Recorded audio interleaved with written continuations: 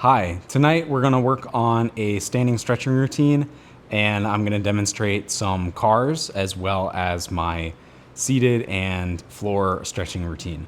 So to start off, typically I like to just get a little bit of motion going, try not to whack my plant, and I'll do some like arm circles, some light stuff like this, really just kind of get the blood flowing, some shrugs, that kind of thing. And I really like to do like a gentle side bend, and I'm focusing on engaging in kind of the target areas that I'm hoping to achieve. And this is a principle that you should carry with you both through the cars and through the stretching, is that you really are working on your mind muscle connection while you do certain things. So if I am starting off by doing a stretch here, I really want to make sure that I am in fact feeling it in my deltoid and in my back. And I'll typically do this for about 30 seconds at a time to achieve a good stretch. And I like to do this in the evening generally because it's a good way to wind down before bed. Definitely helps you feel nice and relaxed and loose before you go to sleep. And maybe I'll float this arm a little bit. Then I'll do the other one.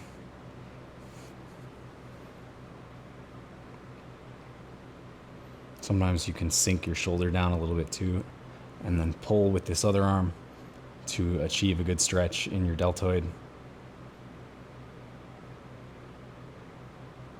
And a principle that I'll talk about as I'm getting into this next motion, which is to clasp my hands behind my back here. I'll talk about the concept known as irradiance in cars, and that is essentially that you're building and keeping tension through the rest of your body. So as I'm doing any of these stretches or any of these motions for cars, I am being particular about maintaining the sort of static property of my body. Say I'm stretching my hips, I don't want to accentuate something and move everything else. I want to be really deliberate about how I move, and I'll demonstrate that more in a moment. If you can't actually clasp your hands like this, if you can't reach, it's okay to get a pole and then use the pole and then pull, focus on stretching your tricep. And again, I'll do the other side.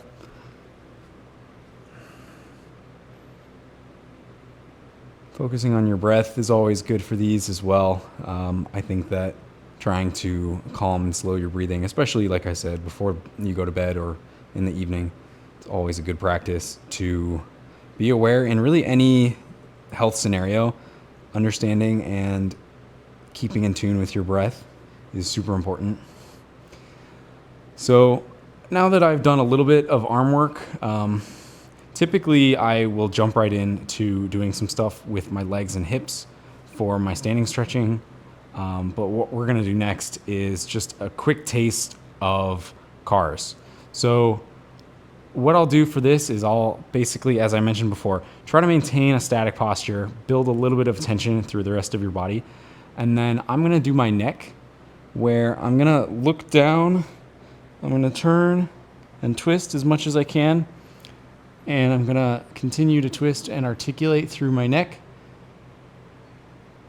And I'm trying to be as careful as I can to not necessarily move any of the other parts of my body. So as I do this, and I might go in the other direction, I'm being careful to understand that I shouldn't be rolling my shoulders back or anything like that. And you don't have to go crazy with it. I think it will become more of a workout in time. But just as you're getting started with stretching and with mobility, you should be focusing on, like I said, the mind muscle connection. So using the muscles in your neck to move rather than anything else. It helps to have a mirror. Keep an eye with any compensations that you're doing. The next thing that I'll do will be some shoulder mobility. So the same thing. I'm going to rotate my arm externally and make some circles here. And I'm trying, again, to keep tension through the rest of my body. So as I come around here, eventually you hit a point where you have to rotate internally. and I'm trying to not use too much of my scapula to maintain this movement. And then I'll maybe go back here and really trying to fight for rotation and achieve rotation. You can do them both at the same time. You can do them one at a time. Really whatever suits your fancy. And the main thing that you're understanding, I mean, you do want to like push it a little bit so that you're feeling like you're actually fighting for some amount of rotation, fighting for some amount of articulation. But the main thing that you're doing is just building mind-muscle connection, and you're also building the skill of moving your arm with that specific joint, which will help you for any weightlifting or other exercise that you do later. Next, I'll do some stuff for my scapula. So I'll stick my arms out, and typically I actually like to start by going down. I'm depressing my scapula. I'm going forward, protruding, elevating, and then I'm retracting. And I'm trying to do this purely with my scapula, and I'm going in like a circle with my scapula. And this one is tough for me. I have a bit of a spot in my right arm that gives me some grief, and trying to maintain, like I said, that tension through the rest of your body. It always helps as well if you find a point where, say, I'm over here and I hit a certain spot in my back that feels a little tight or feels like I'm really fighting for it. Hang out there, get to that point, take a bunch of breaths.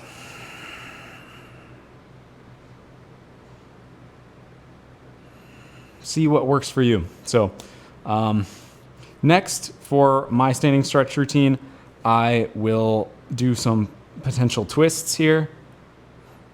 Nothing crazy. You can do thoracic spine cars as well, in which you are articulating just through your thoracic spine and trying to maintain posture through the rest of your spine and the rest of your body. That's one option. Next, I really like to do some static stretches for my quads. So I'm standing here and trying to maintain, again, a relatively neutral posture and stretching my quad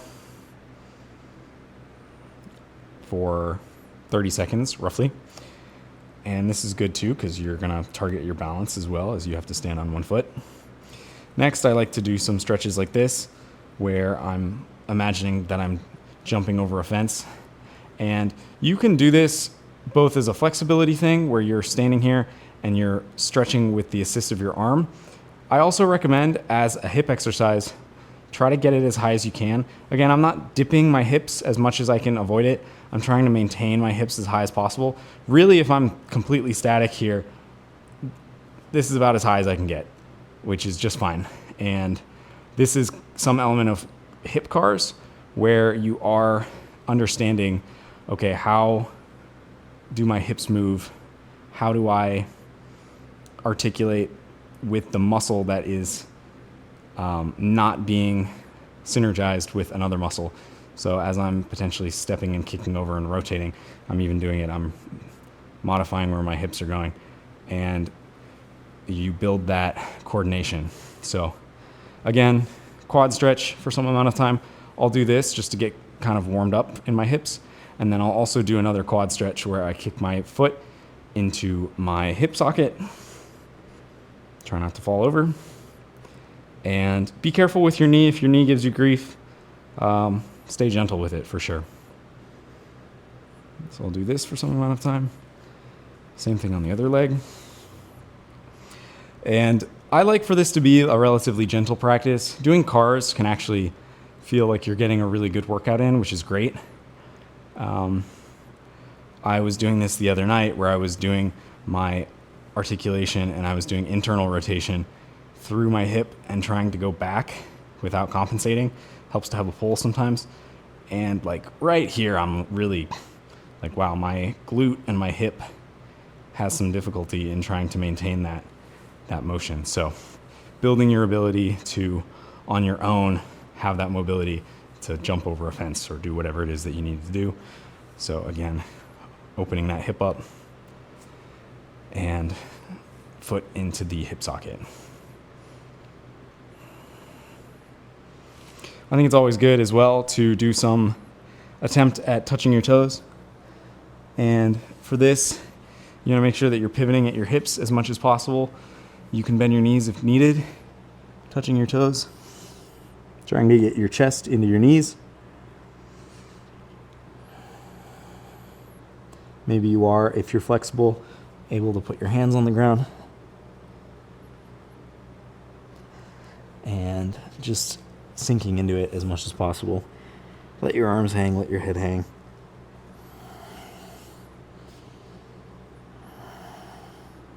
I like to go up and down a little bit.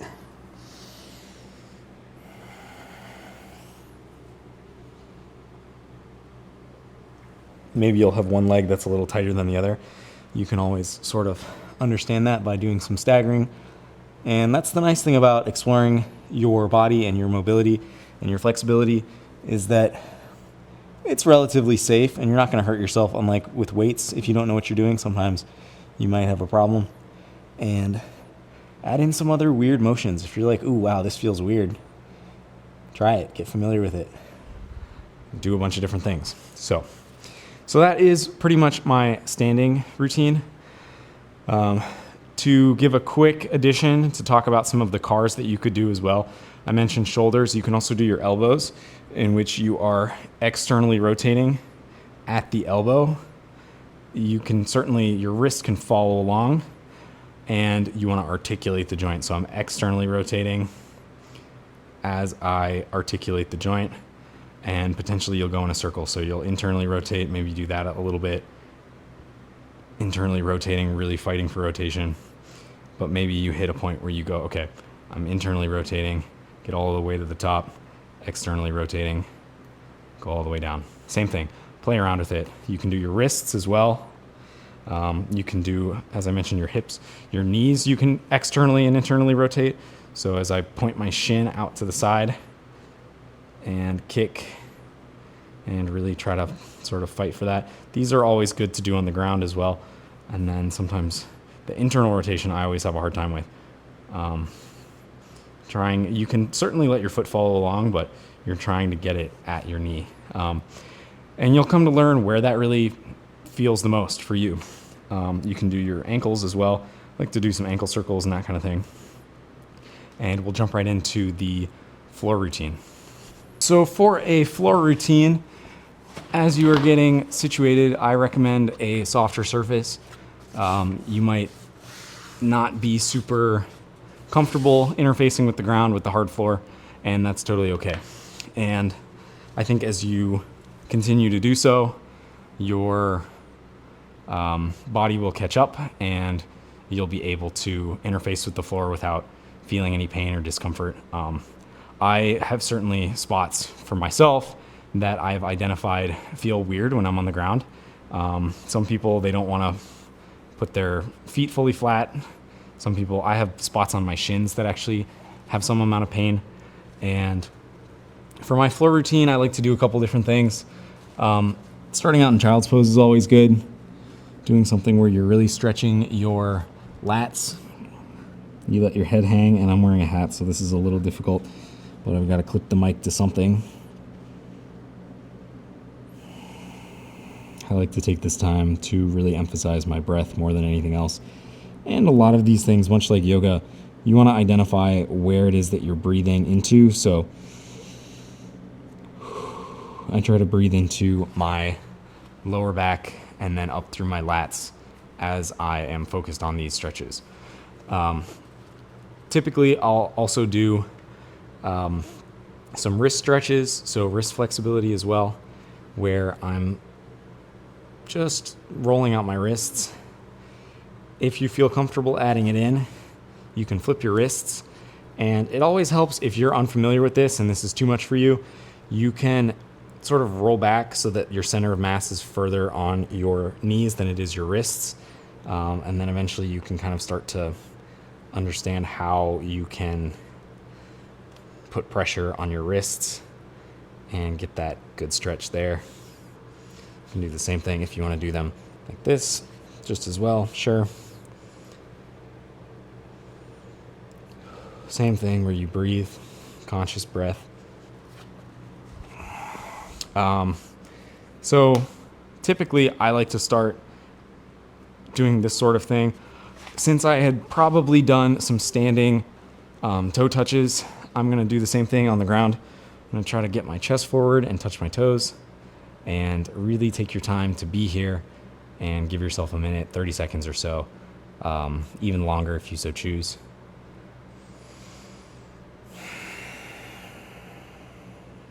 Really stretching out your hamstrings. And there is some level of reciprocal inhibition in which when you are stretching your hamstrings, for example, your antagonist, the activation of your antagonist will reduce the activation in the prime mover. So if I am flexing my quads at the same time that I'm stretching my hamstrings, it signals my hamstrings to actually relax a little bit more. So it feels a little weird at first, but I like to do that as well to really stretch my hamstrings. And you'll notice maybe my heels are elevated as I engage my quads.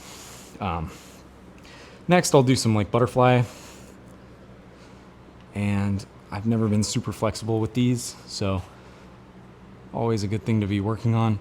I like to kind of imagine that I'm holding a box and sort of let that box fall forward just to like give myself a little bit of leverage here.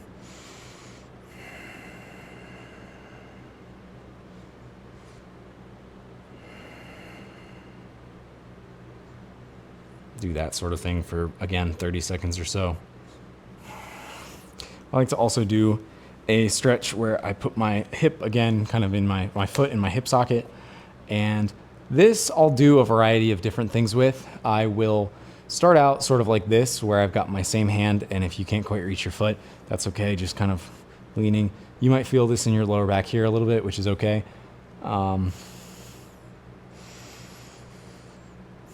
So I like to really engage here. I'll sometimes take my other hand and I'll sort of do some working where I'm going with my left on left here, and then sometimes I'll take it and I'll actually go both sides front.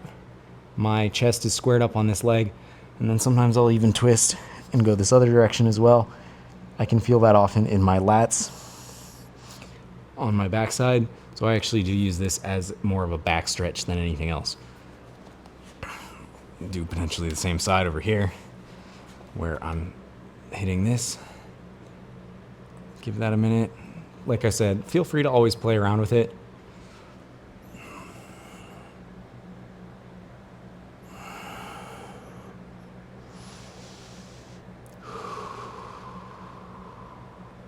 Like to breathe deeper into the stretch. Grasping at it so that I'm squared. Really, I can feel this often in my lats all the way up here. Sometimes if you want, you can put a hand out too to really twist. And I like to almost kick with my toe here so that I can stretch my back. I feel like this is a really good way. Almost like Happy Baby in yoga, where you can kind of have two opposing forces. I forgot one. At the beginning, sometimes I'll do cat-cow, where you are articulating through your spine. You are extending and then flexing, pushing the ground away. In cars, you can do this as well, where you articulate your spine slowly. You try to maintain tension so that you are moving one vertebrae at a time. And you might sort of start this wave from either direction.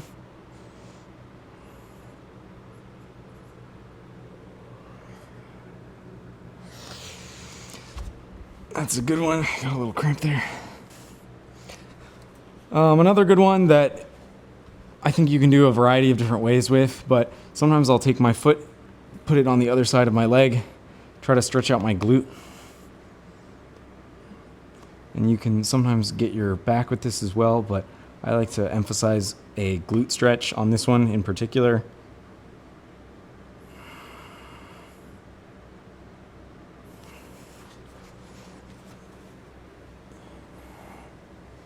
And I think it's also important to emphasize in doing a routine like this, you should start with building a sustainable habit more than anything else.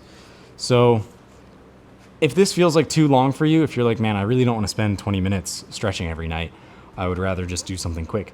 Do just the standing version, or do just the floor version, or do whatever. Just lay on the ground for a little while. There's a lot of benefit to cherry picking what works for you, and then you might add things into your practice later. Sometimes I'll like to do things on the floor entirely as well. So if I'm down here, I might take my leg and sort of go for a stretch here. This one time I was adjusted in yoga and I can't remember exactly what was done, and I need to look that up because it seemed like it made a world of difference, and I always have questioned myself if I am doing them correctly or not. But again, I think it's always good to just continue to explore motion. Definitely in stretching, you want to give yourself ample time so that you do activate your sort of stretch reflex and or your stretch response, where you are allowing your body to sort of send the signal, okay, yeah, it is all right for me to relax now. I like to do this as well as more of a hip focus, or like a glute focus in particular. And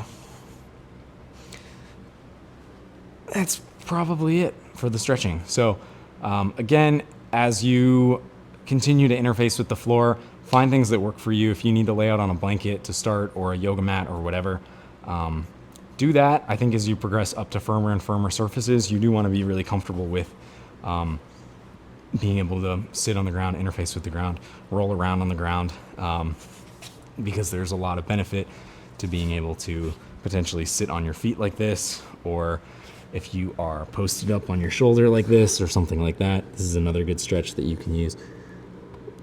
Much like in the standing stretch, you sort of find a good groove here for your stretching your deltoid. If you have a foam roller, you can also do some other stretching and foam rolling, which is really good for you. Sometimes I'll take this and I'll put it sort of along my spine and I'll stretch out my chest. Just let your chest hang.